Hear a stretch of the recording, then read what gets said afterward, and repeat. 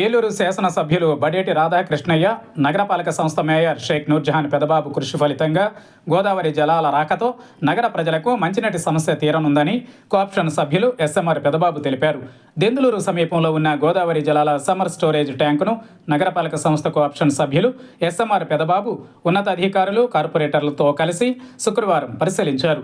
ఈ సందర్భంగా ఎస్ఎంఆర్ పెదబాబు మాట్లాడుతూ, గత సంవత్సరం ఎస్ఎస్ ట్యాంక్ బండ్ లీకేజీ ఏర్పడిన విషయం అందరికీ తెలిసిందే అన్నారు. ఆ లీకేజీ శాశ్వత పరిష్కార పనులు జరుగుతున్న కారణంగా ఎస్ఎస్ ట్యాంకులో 16 మీటర్ల లెవెల్ ఉండవలసిన నీరు 9 మీటర్లకు తగ్గించి బండ్ పనులు నిర్వహిస్తున్నామన్నారు. అయితే గత 8 రోజులుగా గోదావరి కాలువలో జలాలు అడిగంటి పోవడంతో ఎస్ఎస్ ట్యాంకులోకి మోటార్ల ద్వారా నీరు తోడడం ఆగిపోయిందన్నారు. ఎస్ఎస్ ట్యాంకులో ఉండవలసిన 9 మీటర్ల నీటి లెవెల్ పూర్తిగా తగ్గిపోయి ఇసుక పొరలు బయటపడ్డాయని ఎస్ఎంఆర్ పెదబాబు తెలిపారు.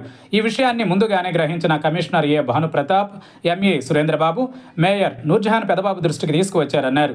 వెంటనే గత మంగళవారం ఎస్ఎస్ ట్యాంకును పరిశీలించి పరిస్థితిని ఏలూరు శాసనసభ్యులు బడేటి రాధాకృష్ణయ్య దృష్టికి తీసుకువెళ్లడంతో మంచినీటి ఆవశ్యకతను సీరియస్గా తీసుకుని సమస్యను ఇరిగేషన్ మంత్రివర్యులు జిల్లా కలెక్టర్ దృష్టికి ఎమ్మెల్యే బడేటి చంటి తీసుకువెళ్లారన్నారు.